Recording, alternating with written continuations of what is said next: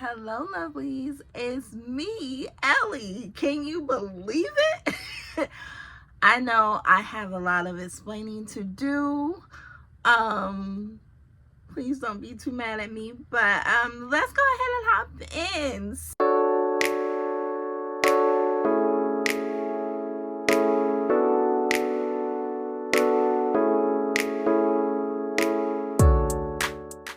So if you are one of my oldie but goodie subscribers, thank you so much for being patient with me. I am back with a new video. If you are a newbie, thank you so much for viewing my video, and I hope you stay around. My name is Ellie. Here on my YouTube channel, we talk all things sewing, style, vintage. And I used to talk a lot about natural hair, but that has changed on the YouTube front. So before we hop in, I apologize. I know it's been a while, you guys, but please, please forgive me. I am in the last year of my doctoral program.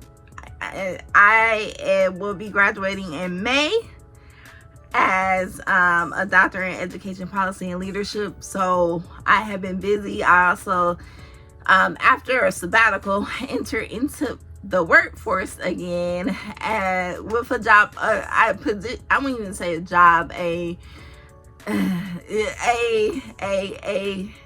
active service, pretty much, that I really enjoy, but that is time consuming as well, and is high demand and go. So I say all that to say that your girl has been busy, and I'm a mom. I have a 5-year-old that just started kindergarten this year. That was it still is an interesting process because I'm a helicopter mom, and I really would go to school with him if I could, but I can't, so I had to let him go just a little bit. But with all those things said, I have been busy, but I am back, and I have some great news, because not only am I back, I'm here to talk about my favorite fall sewing series that I started, and it is Falling for Sewing. So we are in Falling for Sewing 2025. We are going to hop right in. I've had the beautiful pleasure to work in collaboration with Talisha from Creativity by T. From the very start, we have been able to make some amazingly beautiful mates since 2023, which is crazy because I started my doctorate program in 2023. So yeah, it is year 3, and yeah, I'm excited to do this again with her. I thank you guys for being patient. I was going to post on Sunday, but I was actually in DC for my school, of course, but I am glad to be back on today in the remainder of October, because we are officially in fall. I hope you are ready to go ahead and grab that pumpkin spice latte, that nice cup of tea with a little bit of honey in it, whatever it is, or any hot beverage of your choice, because this is about to be a long one. So let's hop in. So every year has had a theme, and it has been exciting and such a pleasure to be creative in the process. Talisha and I have really made it our own, and we're excited to hop into 2025. And this year is different because we decided to do a capsule wardrobe. So I'm excited about this one because I consider this like a little collection, a fall collection that can be worn together. I will say, with the past 2 years of making garments for this series, that none of the garments went with each other, and I'm speaking for myself.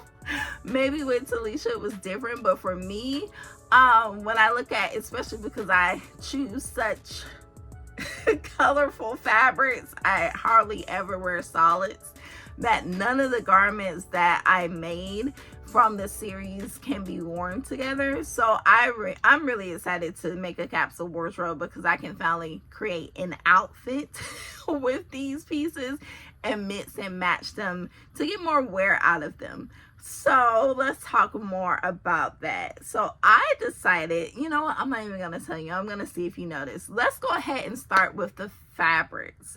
So what I'm going to do is I'm going to show you the fabrics. I'm going to show you some patterns. I am not going to match them together because why would I tell you that? I'm not telling you that just yet. You will see in the series. So I will show you my fabrics. I'll show you some of the patterns I may or may not be using. And then we'll talk about what is going to put a little razzle dazzle on this capsule wardrobe. So let's hop in with the fabrics. So first fabric we have, and I'll tell you where I got it from, give you a little story. You know, we do a little chit chat around here. It's been a while. So I have a wine suede. This is faux suede, definitely isn't leather at all. So this is a wine faux suede fabric. I am located in Atlanta. As a reminder, I did get this from the Fabric Joint. If you're familiar, just Google it. The Fabric Joint is pretty cool. It's not a huge fabric store, but I do notice they have fabrics that you can't find just anywhere. Like I've gotten a tweed wool knit from there, which is extremely hard to find, and it was only like $16 a yard. That does not happen. And I also was able to find all different colors of suede leather. They had faux leather and real leather. Like, it's certain specialty fabrics I'll say they have that I can't just find anywhere. So got this wine suede that I can't wait to use. It has absolutely no stretch. So definitely gonna have to be a woven pattern that I use for this particular fabric. And I will open it up just a little bit more so you can see it. If you're lucky, I will do a fabric, little fabric video off to the side so you can see it in the natural lighting. All right, so we will move on to the next fabric. If you have been around for a few years, you have probably seen this particular fabric before. And this is this beautiful paisley print fabric. It has that crinkle effect. I wouldn't say pleat as much as I would say crinkle, like a crinkle texture effect. And yeah, it of course has stretch, but does not need to be stretched because then they'll lose the feature of having that crinkle detail. So love this fabric. I have had this fabric for a few years and I take it out every fall, and I said this fall it will be made. So I'm cutting into it and making something with it, and we will move on to the next fabric. So the next fabric is also a knit fabric. And the last fabric that I showed you, I got from Fine Fabrics in Riverdale, Georgia. Just Google it. If you're not familiar with Atlanta, just Google Fine Fabrics and it'll come up. All right, so next we got this beautiful fabric here. I don't like, you see how you can kind of see through it? Don't like that, but it is a wine knit fabric. As you can see, it does have texture. I did get this from Hobby Lobby. Can you believe it? I hopped into Hobby Lobby, even though but I said I could, you know, hop in there maybe once or twice a year. I just don't want to support them too much. But hey, if that's all you got to do what you got to do.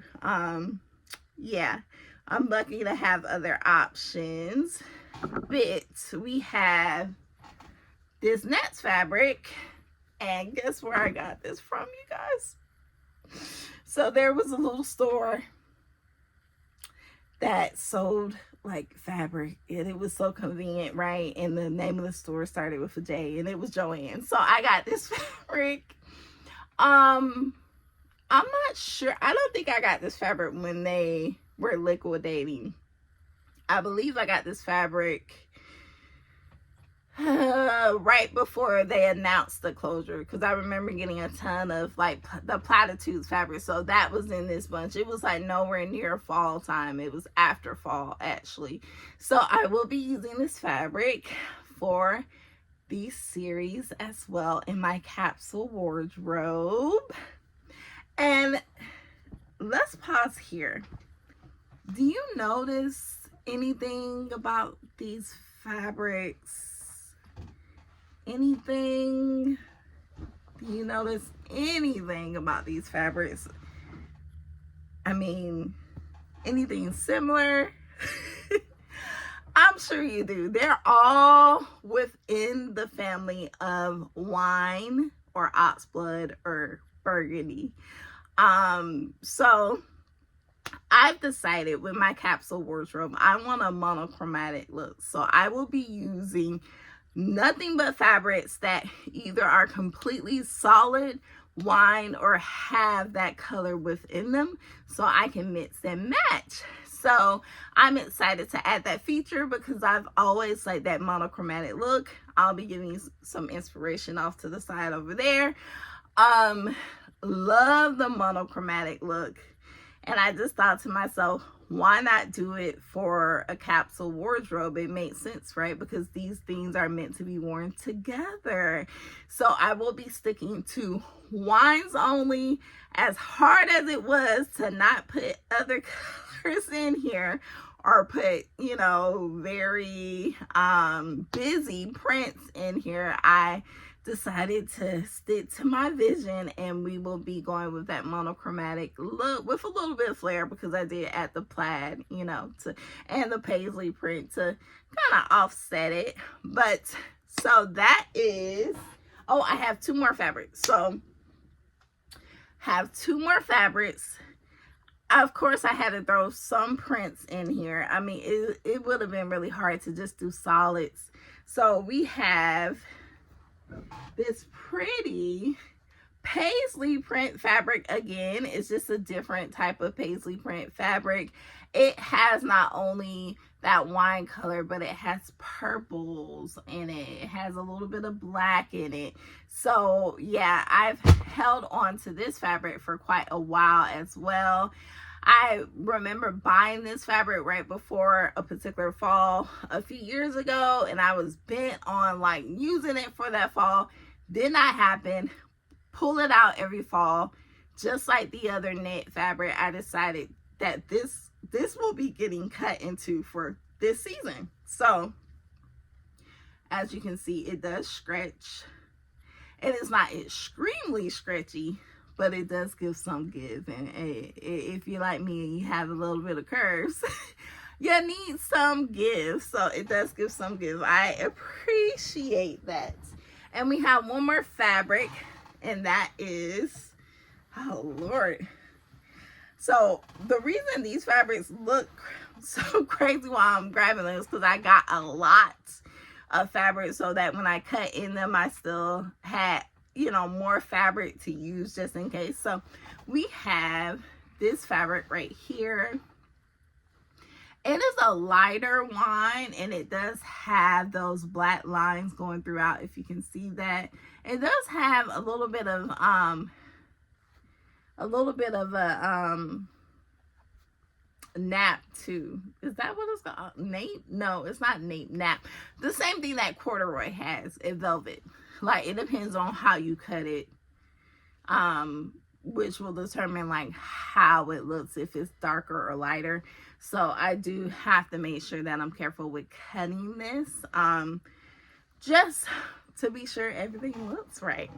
So that is our fabrics. Are you ready for the patterns? Okay, let's get started. While I'm getting the patterns, you go get some more tea or another latte, and I'll be right back. Okay, I hope you have refreshed your condiments and you're ready to go, because I am. So we have a cause, 8220. This this pattern looks raggedy, y'all, because somehow it got water damage on it. I don't know.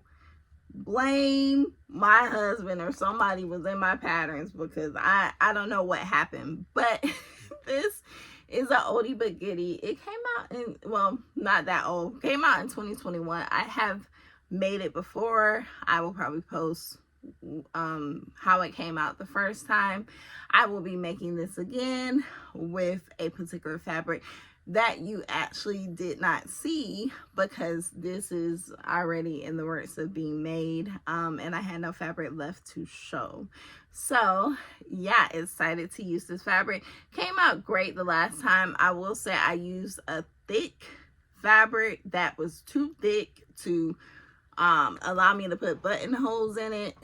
So I had to omit the buttonholes. I learned my lesson. This time I'm using a much thinner fabric, so excited to use that one. All right, next we have Butterick 6933. This is actually like a wardrobe pattern itself. Yeah, so I will be making the pants on this one. That is view C, and I wonder what fabric I'll be using. Who knows, but we know what color it'll be, right? So yeah, I'm excited to make this. I love the fit of the pants. Hopefully you can see it. If not, I'll just post a screenshot so that you can see how it looks. I think it'll be flattering. I personally, like I've said before, have to be careful with pleats. I'm a mom, so my stomach isn't flat like it used to be. So the pleats just aren't flattering on me. I just have to make sure it's a flat front. So I'm excited to make these. So next we have Simplicity 9821. I love this pattern. Like when I first saw it, I was just like, it looks, I mean, it's definitely something that I feel I've seen before, but when I kept looking at it, I'm like, this could be so dope, like made, because you can use different colors. Like I'm just, yeah, it's just so many ways you can do this. Like, so I'm really drawn to view A, and that is the view that the model is wearing. Love this. Can't wait to make it, especially because depending on the fabric you use, if you use like a really rich, luxurious fabric, it automatically like upscales the garment. So I cannot wait to make this. Although for me it does look a little, I won't say complicated, I'll say tedious with all of these pleats. Like I could see myself getting annoyed by that. So I'll make sure that when I have to do the pleats, it's on the day where I'm fully rested, refreshed, ready to go, because yeah, that looks like something that is easy to do, but doesn't take away the annoying part of it. But besides that, yeah, excited to make this garment for my capsule wardrobe. All right, next we have Know Me 2046, and this is by Beauty Jador. Definitely making view A, and that is the top. I love how this looks. I have held on to this pattern for a while, and I can see myself making this in like different prints, different fabrics, like because it's such a basic but also a staple piece at the same time, which is perfect for a wardrobe, because you can play it up and play it down. Sometimes it could be the statement piece, sometimes it could just be a layering option within the outfit. So yeah, excited to make this. We shall see what fabric I use. I will say that it is knit, so you know it has to be one of my knit fabrics, but we'll see. Okay, so I am going backwards because I did forget one of the fabrics that I'm actually using, and that is this beautiful wine oxblood corduroy. If you can see that, it is so beautiful. As you can see, it has already been cut into. It is in the making. So I will not say what garment is going to be made into, but that is the corduroy that I'll be using in this fall wardrobe. Okay, so next in my capsule wardrobe is a top, and this top is probably because this pattern is in an actual book, I'm just gonna post it up here. I'm going with a Freya sweater with the ruffles. So cute. So if I have the time, I plan on making the top and the dress, just because I love the dress. But the actual capsule wardrobe will include the top. The dress might be a bonus though, so look out for it. So I love this top dress situation. It is so adorable, so my style, so cute. Again, I could see this worn in many different fabrics. Like, I could see this being something I made a good 5 times in different fabrics, and it still looks good. So I'm excited to make that. It's such a good layering piece, such a good statement piece. It's one of those, again, that could be a layering piece as well as a statement piece in your outfit. It just depends on how you style it. So excited to make that with the fabric that I'll be using. So the next thing, the last thing in this wardrobe is something you actually won't get to see because it is actually self-drafted, and that is a pinafore. So initially I was going to go with a particular pinafore that there was already a pattern for, but the old sewing me she comes out every now and then, and I already have a vintage pinafore that I really love in my closet, and I thought, why not sketch a pattern to clone that pinafore dress? So that's exactly what I did. I'm excited to make this because it's pretty simple. Most pinafore dresses are simple, but with this dress, it's only 2 pieces, and it'll be fully lined. So yeah, I don't feel like I need any instructions or anything like that. I know how to construct it and put it together, and I'm excited to tell you how it comes out. So yeah, I wish I could show how it might look, but you will see it soon and very soon. So if you are still with me, I thank you for watching this entire video. I also welcome you to go to Creativity by T's page. If you're not already subscribed to her, please go over there, subscribe, and watch her video as well to see what she is going to be making in this series. We are excited to get started and give you some fall inspiration for the whole entire month of October. Super exciting. As always, you are welcome to join us if you would like to make something, or you already have mates in mind, which I'm sure you are already making for the fall. Please tag us at Falling for Sewing 2025, and make sure to tag myself at Sally and Sam Style, as well as Talisha at Creativity by T on Instagram, so that we can see it and share you in our stories. So exciting.